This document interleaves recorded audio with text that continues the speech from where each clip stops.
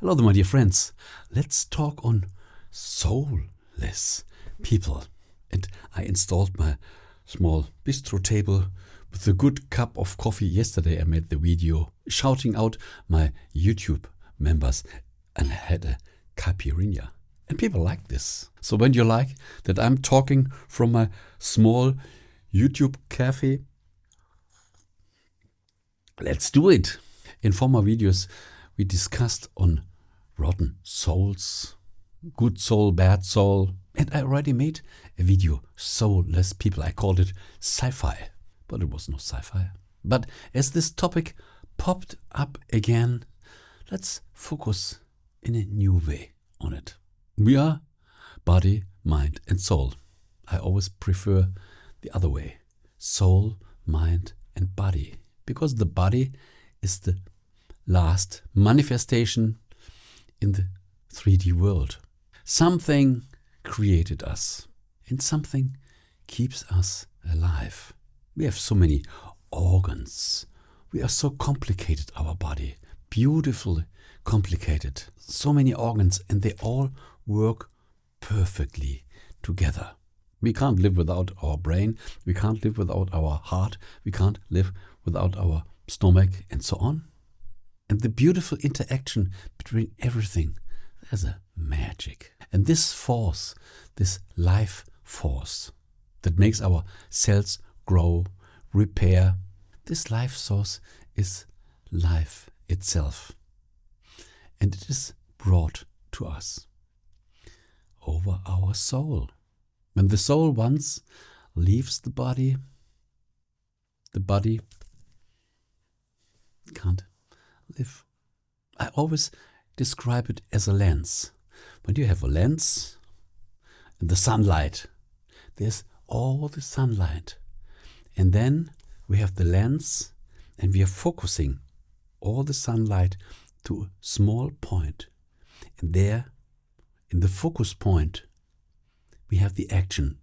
In this case, we burn wood. And our soul is the whole energy that is focused in just one point.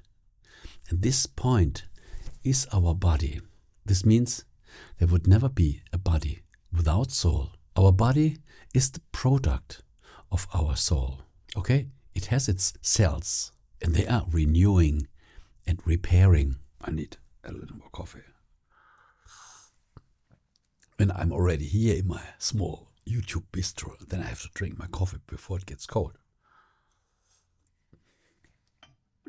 What means our body is the focus point of our soul. There's no body without a soul. And there will never be a body without a soul.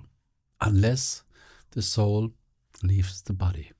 And you know what this means. This means, fact number one, there is no soulless body. And our soul that created us, and we were a tiny baby, this is always a good soul. Without soul, there's no life. So there are no rotten souls. But there's more. We have our mind. And our mind is like a filter. We have free will. We can accept everything that comes from our soul, from our creator. Or we say, no, I don't agree, I have another opinion, I have other thoughts. What could mean? We are not supported 100% by our soul. Probably only 99.5%. When we reduce the influence of our soul through our awareness, through our thoughts, through our memories, then we become more and more disconnected from the influence of our soul. When you have your lens in the hand, there's the sunlight, and you have the focus point, and you put a piece of paper, for example, your thoughts, your different beliefs, before the lens. The focus point will have less energy, way less energy. This is the interesting factor. Our thoughts, our memories, our awareness can let the light or the energy of our soul go into our body or put a shield. And the crazier we think, the more we dim up our light, our energy from our soul.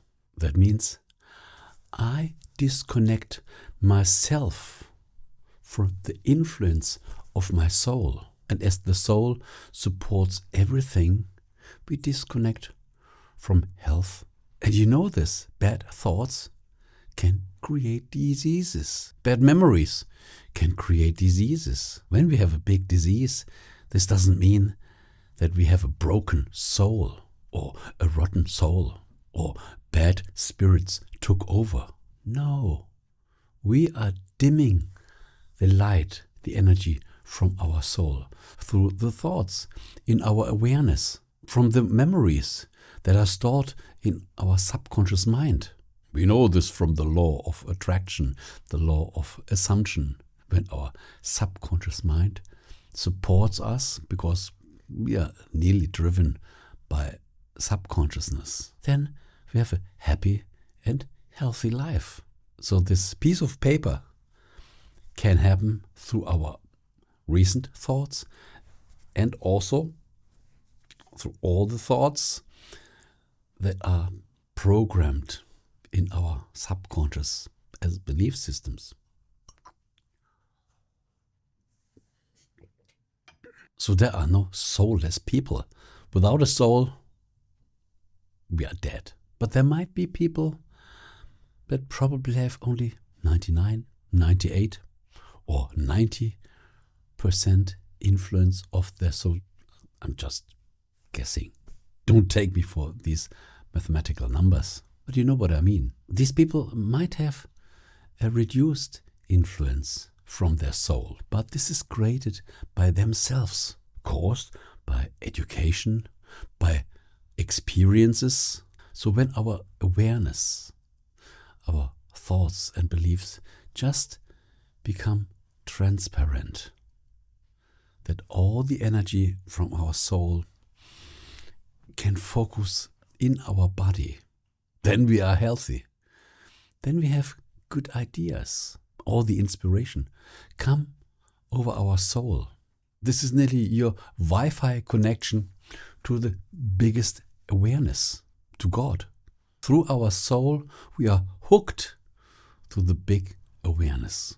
And when we reduce the access like a bottleneck, then we get less support. And this lies in our hands, in our mind. When we have the awareness, we can open the bottleneck again, like a faucet. That gives me a good coffee.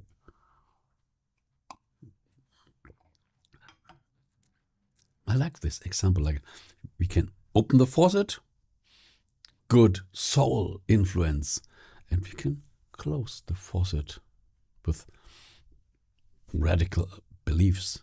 That reduces the intake from the big awareness. So let's sum it up. There are no soulless people. And there are not good souls or bad souls or rotten souls. We just have people that closed the faucet to the big stream from the greatest awareness. But by self-reflection, we can open the faucet again. What are your thoughts? Was this another sci-fi video? When you have questions, please write them in the comments. I love to read your questions and answer them. And I think we touched this topic in a way that we made never before. So I will continue my coffee, I will edit the video, and it will be uploaded still in 1-2 hours. Thank you so much for listening. And I see you in another video.